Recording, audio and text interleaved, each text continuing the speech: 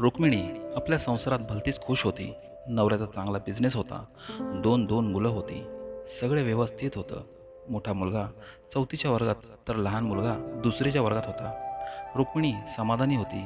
फक्त तिला एकच कुणकुण होती की आपल्याला एक मुलगी असती तर फार बरं झाले असते. बस ही एक गोष्ट सोडली तर रुक्मिणीच्या जीवनात आनंदी आनंद होता. म्हणतात ना, आनंद आणि सुख फार काळ जीवनात टिकत नाही.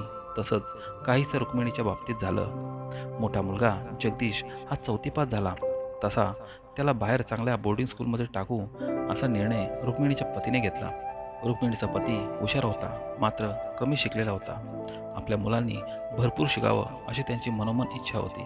रुक्मिणीची देखील तीच इच्छा होती. मात्र इतक्या लहान वयात जगदीशला आपल्यापासून दूर ठेवणे तिला बरं वाटत नव्हते. मात्र तिचा नाईलाज होता.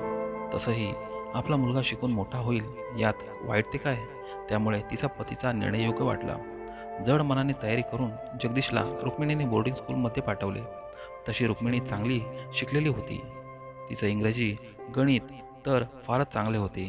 ती जगदीशला चांगले इंग्रजी घरी देखील शिकू शकत होती. मात्र हॉस्टेलला मुलं स्वावलंबी होतात असं तिच्या पतीचं म्हणणं होतं. परत तो चांगले कमावत होता, त्यामुळे स्टेटस हा एक भागही त्यांच्यासाठी होताच. कालांतराने लहान मुलगा श्याम यालाही 4थी नंतर त्याच बोर्डिंग स्कूलमध्ये टाकले. आता मात्र रुक्मिणी घरात एकटी पडली. तिला वेळ घालवण्यासाठी नोकरी करण्याची इच्छा होती. मात्र पतीचा याला सक्त विरोध होता. आता श्याम देखील शाळेत गेल्याने तिला बराच मोकळा वेळ मिळे. तो वेळ ती चांगली पुस्तके वाचण्यात घालवी. दिवस चालले होते. रुक्मिणीची मुले आता मोठी लग्नाची झाली होती. कालांतराने दोन्ही मुलांची लग्न झाली. घरात 2-2 सुना आल्या. सुरुवातीस सगळं ठीक होतं. मात्र काही कालावधीतच दोन्ही सुनांनी आपला रंग दाखवायला सुरुवात केली. घरात आता रोज किटकिट व्हायला लागली. दोन्ही सुनांना त्यांचा वेगळा संसार हवा होता. यातच अतिशय दुर्दैवी घटना म्हणजे रुक्मिणीच्या पतीचे अपघाती निधन झाले. आता रुक्मिणी काहीशी एकटी पडली, कारण तिची दोन्ही मुलं त्यांच्या बायकांची गुलाम झाली होती. त्यामुळे रुक्मिणीला घरात फारच त्रास होत होता. पतीच्या निधनानंतर तर तिला जगणे अगदी नकोसे झालं होतं. त्या कठीण काळात कहर म्हणजे दोन्ही मुलांनी घराची वाटणी करण्याचा निर्णय घेतला. आपल्या बायकांच्या दृष्ट स्वभावामुळे दोन्ही मुलं रुक्मिणीला आपल्या जवळ ठेवायला तयार नव्हती. दोघांनीही आपल्या आईला वृद्धाश्रमात ठेवण्याचा निर्णय घेतला.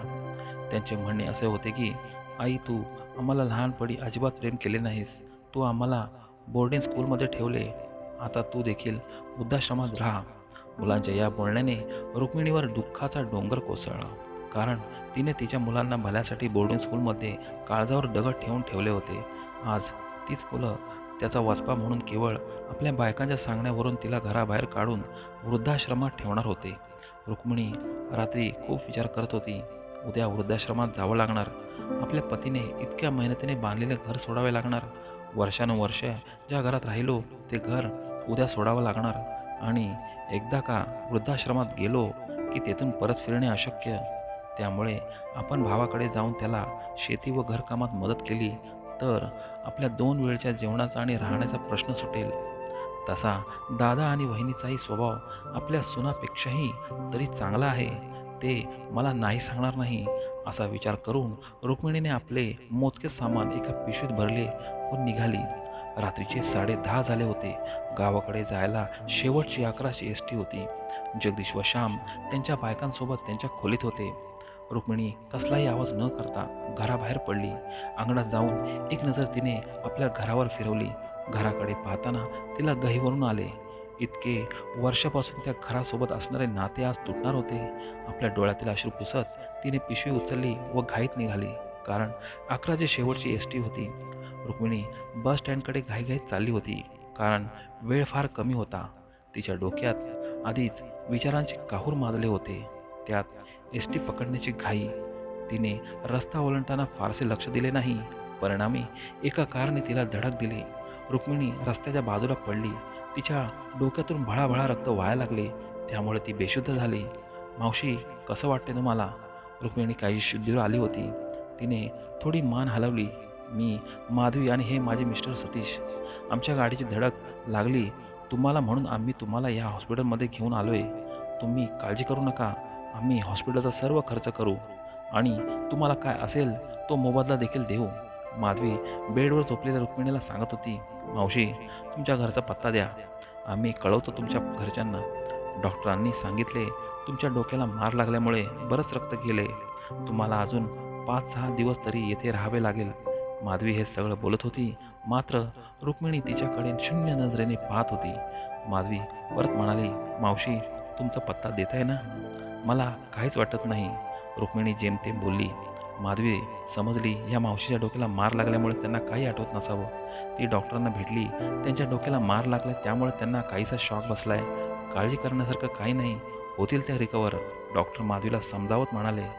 4-5 दिवस झाले रुक्मिणीला आता बरं वाटत होतं. माधवी आणि सतीश तिला भेटायला रोजच हॉस्पिटलमध्ये येत होतात. येताना भरपूर फळे, बिस्किटे घेऊन येत. आज त्यांच्याबरोबर 2 गोंडस मुलं देखील होती. मावशी, ही माझी मुलं, हा मोठा मुलगा वेदांत आणि ही छोटी श्रिया. असं छान गोड आहेत दोन्ही, रुक्मिणी त्यांच्या डोक्यावर हात फिरवत म्हणाली. आज रुक्मिणीला डिस्चार्ज मिळणार होता. आजही माधवी आपल्या मुलांना घेऊन हॉस्पिटलमध्ये आली होती. मावशी, तुम्हाला तुमच्या भूतकाळातले काही आठवत नाही? हे सगळं आमच्यामुळे घडले, त्याबद्दल आम्हाला माफ करा. पण आमची एक विनंती आहे, जोपर्यंत तुम्हाला सगळं आठवत नाही तोपर्यंत तुम्ही आमच्याकडे राहा. माधवीचं बोलणं ऐकून रुक्मिणीचे डोळे पाणावले. तिने होकारार्थी मान हलवली. माधवी एका छान मोठ्या बंगल्यात राहत होती. सतीशने माधवीच्या नावाचीच कंपनी उघडली होती. लग्न झाले तेव्हा दोघांनीही खूप मेहनत करून कंपनी चांगल्या आर्थिक स्थितीत आणली व भरपूर नफा मिळवला. मात्र मुलं झाल्यापासून माधवीला मुलांकडे लक्ष द्यायला लागत असल्यामुळे सतीश एकटा कंपनीचं काम पाही. त्यामुळे कंपनीला आधी नफा मिळायचा तो मिळत नव्हता. माधवीची खूप इच्छा असे मदत करण्याची, मात्र घरच्या जबाबदारीमुळे तिला शक्य होत नसे. रुक्मिणीला आता माधवीकडे 10-12 दिवस झाले होते. माधवी आणि सतीश यांच्या दोघांचाही स्वभाव अतिशय चांगला होता. दोन्ही मुलं देखील तिच्याजवळ खेळत, त्यामुळे रुक्मिणी त्या घरात रुळली. मावशीला सगळं व्यवस्थित बोलता येतं, आपण बोललेले सगळे समजते, मात्र तिला मागचे काहीच आठवत नाही याचे माधवीला आश्चर्य वाटे. मात्र तिने बऱ्याच हिंदी चित्रपटात पाहिले होते की याददाश्त गेल्यानंतरही हिरो हिरोईन व्यवस्थित बोलतात, मात्र त्यांना मागचे काहीच आठवत नाही. मावशीच्या बाबतीत तसंच असेच काहीसे घडले असेल असे तिला वाटे. आज सतीश आणि माधवी घराच्या हॉलमध्ये बसून काहीतरी चर्चा करत होते. त्यांचे चेहरे गंभीर दिसत होते. सतीश आत्ताच ऑफिसमधून आला होता, म्हणून रुक्मिणी त्याच्यासाठी पाणी घेऊन आली. त्या दोघांचे चिंताग्रस्त चेहरे पाहून रुक्मिणीने विचारले, काय झाले, तुम्ही इतके चिंतित का? काही नाही मावशी, आम्ही आमच्या कंपनीच्या कामकाजाविषयी बोलत आहोत, माधवी म्हणाली. असं तुमचे चेहरे फार गंभीर दिसले म्हणून विचारले, बाकी काही नाही, रुक्मिणी काळजीच्या स्वरूपात म्हणाली. मावशी, आम्ही दोघं काम करायचो तेव्हा कंपनी भरपूर नफ्यात होती, पण मुलांच्या जबाबदारीमुळे मला आता कंपनीसाठी वेळ देता येत नाही. त्यामुळे कंपनी आता काहीशी कर्जबाजारी झाली आहे. त्यामुळे आम्ही हा बंगला देखील गहाण ठेवला आहे आणि हे असंच चालत राहिले तर हे घर देखील गमावे लागेल. म्हणून आम्ही दोन्ही मुलांना बोर्डिंग स्कूलमध्ये दाखल करण्याचा निर्णय घेतला आहे, जेणेकरून मला कंपनीसाठी वेळ देता येईल आणि आम्ही पुन्हा सगळं सुरळीत होईल. म्हणून इच्छा नसताना मुलांना बोर्डिंग स्कूलमध्ये ठेवावे लागेल, माधवी जड आवाजात म्हणाली. बोर्डिंग स्कूलचे नाव ऐकून रुक्मिणी काहीशी चपापली. बाईसाहेब, मी काय म्हणते, तुम्हाला मुलांची काळजी आहे ना? मग मुलांना मी सांभाळते आणि घरात देखील लक्ष ठेवते. तुम्ही कंपनीच्या कामात साहेबांना मदत करा, बाकीचे मी बघते, मात्र मुलांना बोर्डिंग स्कूलमध्ये टाकू नका. बाईसाहेब, रुक्मिणी विनंती करत म्हणाली. मावशी, किती वेळा तुम्हाला सांगितले, मला बाईसाहेब म्हणत जाऊ नका, मला माधवी याच नावाने हाक मारत जा, मी तुमच्या मुलीसारखी आहे. दुसऱ्या दिवशीपासून माधवी सतीशबरोबर ऑफिसला जायला लागली.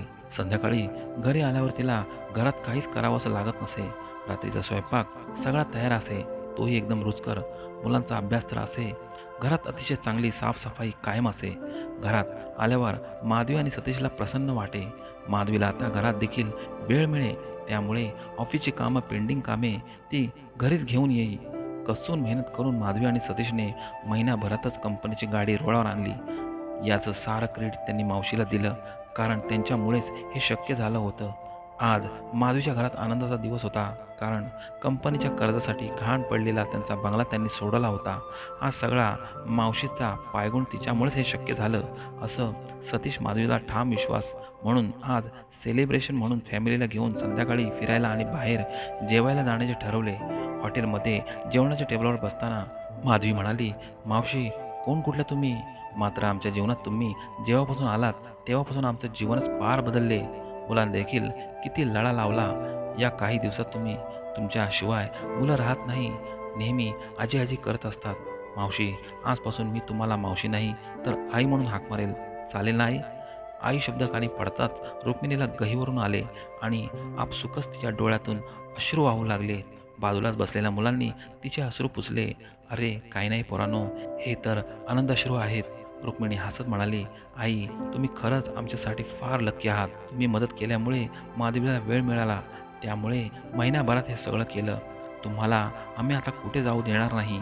आता तुम्ही कायम आमच्यासोबत राहायचे. काय मुलांनो, बरोबर ना? सतीच्या या प्रश्नावर वेदांत आणि श्रेयाने टाळ्या वाजवल्या. आणि हो, आणखी काही तुमची काही इच्छा असेल तर सांगा, मी नक्की पूर्ण करेन. सतीश म्हणाला, माझी बाबडीची ती इच्छा काय असणार? तुम्ही मला इतकं प्रेमाने वागवता, मला अजून दुसरं काय हवं आहे? तरी आई बोला, तुमची काही इच्छा असेल तर मी नक्कीच पूर्ण करण्याचा प्रयत्न करेन. सतीश पुन्हा म्हणाला, ठीक आहे, वेळ आली की सांगेन कधी. पण सध्या माझी एकच इच्छा आहे की तुम्ही मला आई म्हणता आणि आहो जाओ देखील करता. आईला कोणी आहो जाओ करते का? रुक्मिणीच्या या वाक्यावर सगळे हसले. इतक्या टेबलावर वेटरने जेवण आणले. सगळ्यांनी जेवणाचा आस्वाद घेतला. माधवी आणि सतीच्या मेहनतीचे काही मेहनतच त्यांच्या कंपनीच्या शेअर मार्केटमध्ये मोठे नाव कमावले. आता माधवीच्या कंपनीचा टर्नओव्हर लाखोच्या घरातून करोडोमध्ये पोहोचला. यामुळे माधवीच्या घरात आनंदी आनंद होता. घरात आता माधवीने 2 नोकर ठेवले. त्यामुळे रुक्मिणीला आता पूर्ण आराम होता. ती आपला पूर्ण वेळ आपल्या नातवंडा माधवीच्या मुलांसोबत आनंदाने घालत होती. रुक्मिणीचे दिवस, महिने, वर्षे मजेत चालले होते. श्रेया व वेदांच्या आग्रहाखातर एक दिवस रुक्मिणी त्यांच्या आलिशान गाडीतून त्यांना घेऊन समुद्रावर फिरायला गेली होती. समुद्रावर फिरून आल्यावर श्रेयाने भेळ खाण्याचा हट्ट केला. तसं तेथे असलेल्या भेळवाल्याच्या गाडीवर ते गेले. तिथे 2 लहान मुलं भेळवरून भांडत होती, कारण त्यांच्याकडे फक्त 10 रुपये होते. एका भेळची किंमत 10 रुपये होती आणि दोघांना वेगवेगळी स्वतंत्र भेळ हवी होती. अरे पोरांनो, भांडू नका, मी तुम्हाला घेऊन देते, रुक्मिणी त्यांना समजावत म्हणाली. तशी ती शांत झाली. भैयाजी, इनको 2 भेल देना, पैसे मैं दूंगी. जी माताजी. भेळवाल्याने त्या मुलांना 2 भेळ बनवून दिल्या. कोणी घेऊन दिल्या 2 भेळ? जगदीश व त्याच्या बायकोने त्यांच्या मुलांना विचारले. तेव्हा त्यांनी भेळवाल्या गाडीकडे बोट दाखवले. जगदीश व त्यांच्या बायकोला रुक्मिणीकडे पाहून धक्काच बसला, कारण त्यांना वाटले होते की त्या रात्री रुक्मिणी बाहेर पडली तेव्हा ती आपल्या भावाकडे गेली असेल किंवा तिने जीवाचं बरं वाईट काही केलं असेल. आता तिला पाहून त्यांना वाटलं ती कुठेतरी काम करत असेल आणि त्या मालकाच्या मुलांना फिरायला घेऊन आले असेल. रुक्मिणीला दुरून पाहून ते तसेच निघून गेले. घरी आल्यावर जगदीशच्या बायकोने ती गोष्ट श्याम व त्याच्या बायकोला सांगितली. जाऊ दे ना, उलट पिढा टळली, असं श्यामची बायको म्हणाली. आजी, आज भेळ, पाणीपुरी आणि नारळ पाणी पिऊन मजा आली. Thank you grandma. छोटी श्रेया म्हणाली. बाईसाहेब, घरी जाण्यासाठी एक शॉर्टकट आहे, तिकडनं गाडी घेऊ? ड्रायव्हरने रुक्मिणीला विचारले. चालेल तशी. ड्रायव्हरने गाडी शॉर्टकट घेतली. जरा गाडी बाजूला घ्या. ड्रायव्हरने गाडी थांबवली. काय झालं ग्रँडमा? छोटीने विचारले.